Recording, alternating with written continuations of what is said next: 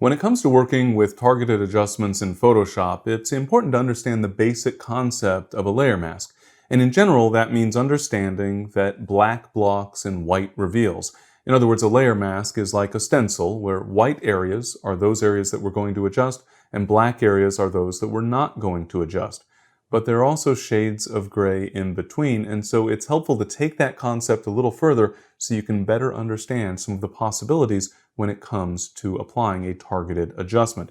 So for example, I'm just going to divide this image into a few sections. I'll start off by creating a selection over on the left side here, and then I'm going to apply a targeted adjustment. And for the moment, just think of this as a general concept. So don't worry too much about the specific steps that I'm performing, but rather just focus on the ultimate result that we're applying here, the effect that we're creating.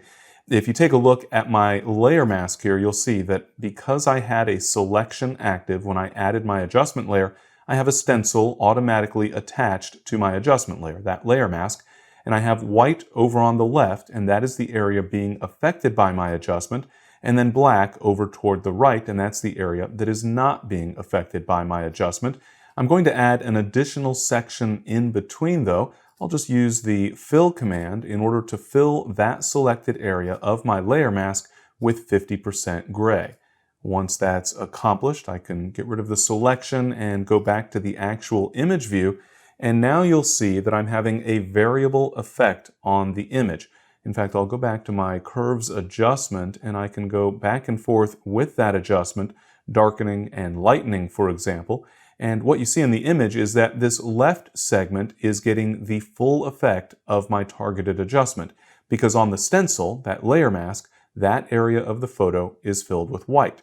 And over on the far right side of the image, as I refine that adjustment, you'll see that I'm getting no effect whatsoever over on that right side, and that's because that stencil, or the layer mask, is filled with black in that area.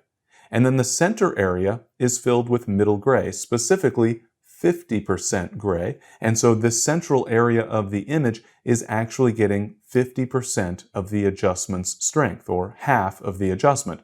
So I'm getting the full adjustment over on the left, none of the adjustment, you might think of that as 0% of the adjustment over on the right, and half of the adjustment in the middle. So while a layer mask is a stencil where we're generally using black and white to define the areas of the image that we don't want to adjust versus the areas that we do want to adjust, it's worth keeping in mind that we can also use shades of gray to take that concept a little further.